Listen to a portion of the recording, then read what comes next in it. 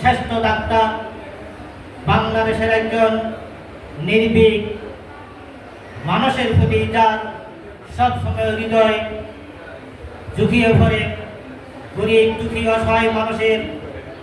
কষ্টকে, যিনি অসাধ্য মানুষের পাশে দাঁড়িয়ে,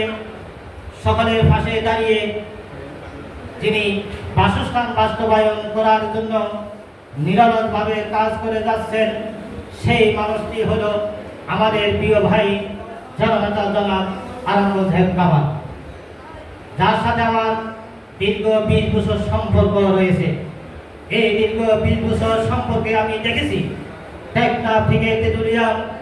রূপসা থেকে পাতুরিয়া, বাংলার 66টি জেলায় অসহায় মানুষকে সহায়তা করার জন্য, বন্দী মানুষকে মুক্তি করার জন্য আজকে যা নিরলসভাবে কাজ করে মানুষের পক্ষে কথা বলার জন্য